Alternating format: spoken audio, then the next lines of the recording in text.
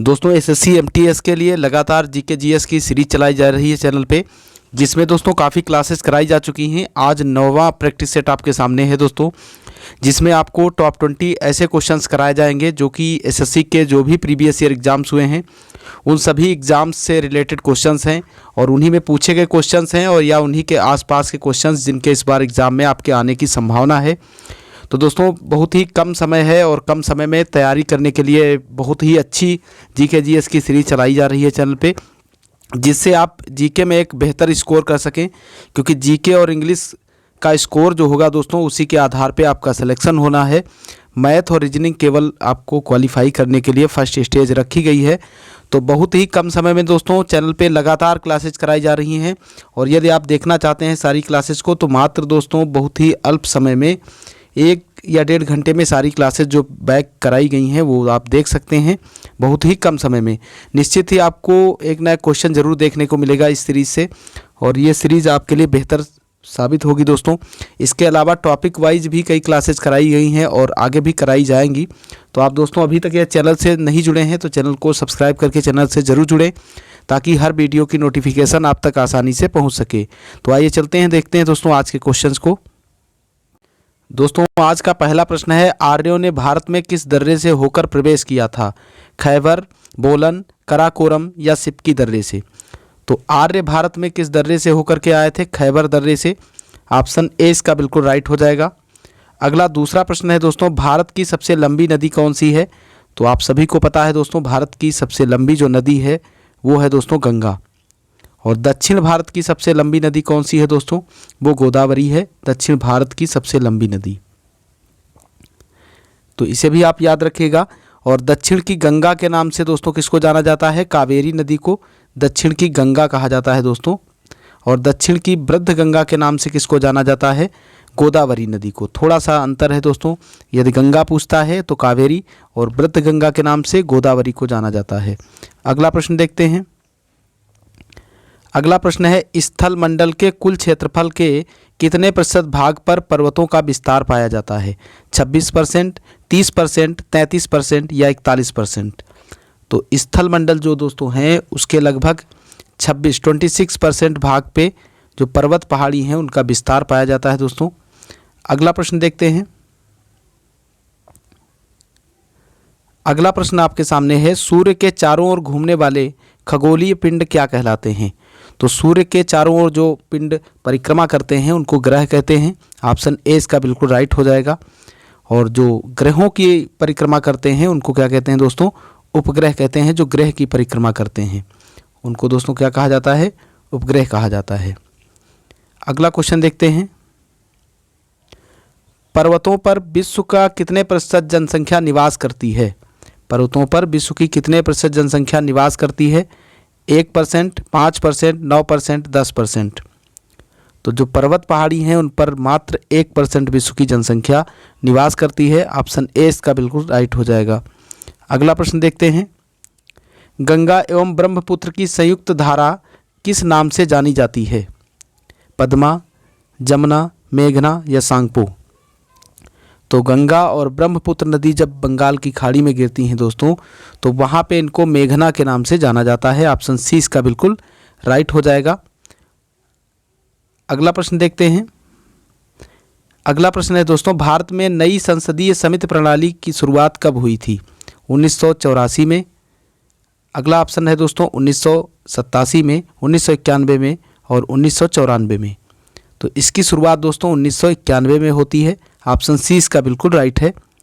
बढ़ते हैं अगले प्रश्न की ओर। अगला प्रश्न आपके सामने है दोस्तों, वर्तमान में भारतीय संविधान में धाराओं की कुल संख्या कितनी है? 356, 395, 404, 370? तो कुल अनुच्छेद दोस्तों कितने हैं संविधान में, ये आपसे पूछा जा रहा है। कुल अनुच्छेद हैं दोस्तों 395। बाकी दोस्तों जो अनुच्छेद हैं का खा गा करके जो जोड़े गए हैं उनको मिला करके दोस्तों लगभग 450 के ऊपर ही होंगे, लेकिन मूल जो हैं दोस्तों वो 395 ही आज भी हैं। अगला क्वेश्चन देखते हैं। मानव द्वारा सर्वप्रथम प्रयुक्त अनाज था गेहूं, जौ, चावल, बाजरा? मानव द्वारा सबसे पहले दोस्तों किसका प्रयोग किया गया था? किस अनाज का? मानव ने सबसे पहले दोस्तों किस अनाज का प्रयोग किया था? तो मानव ने सबसे पहले दोस्तों जौ का प्रयोग किया था। ऑप्शन बी इसका बिल्कुल राइट हो जाएगा। अगला क्वेश्चन देखते हैं। अगला प्रश्न है दोस्तों, थोड़ा सा छोटा करते हैं जिससे आपको पूरा क्वेश्चन क्लियर हो सके। निम्न में से किस एक स्थल से जंगली तथा बोई जाने वाली दोनों प्रकार की धान की प्रजातियों के प्राचीनतम साक्ष्य मिले हैं? जंगली धान की जो खेती होती थी और बोई जाने वाली दोनों के दोस्तों साक्ष्य कहाँ मिले हैं? आदमगढ़ से, बागोर से, आहार से या बेलन घाटी से? तो जंगली व बोई जाने वाली दोनों खेती के दोस्तों बेलन घाटी से प्रमाण मिले हैं धान की खेती के।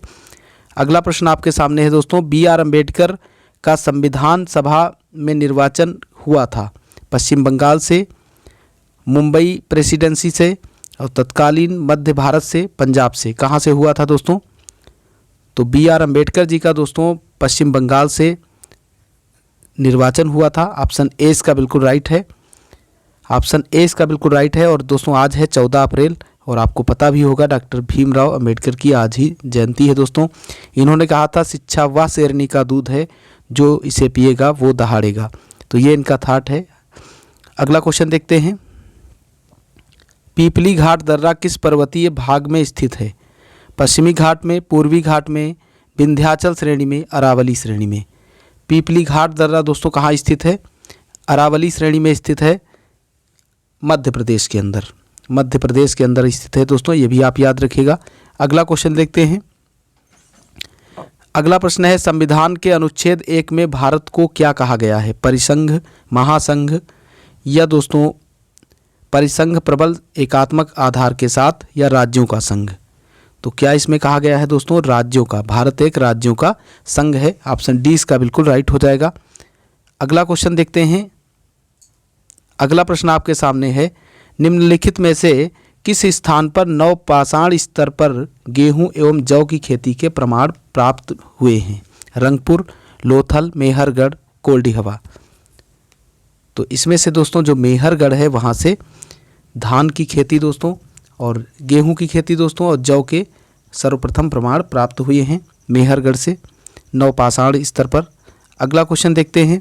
संविधान सभा में किस देशी रियासत के प्रतिनिधि ने भाग नहीं लिया था?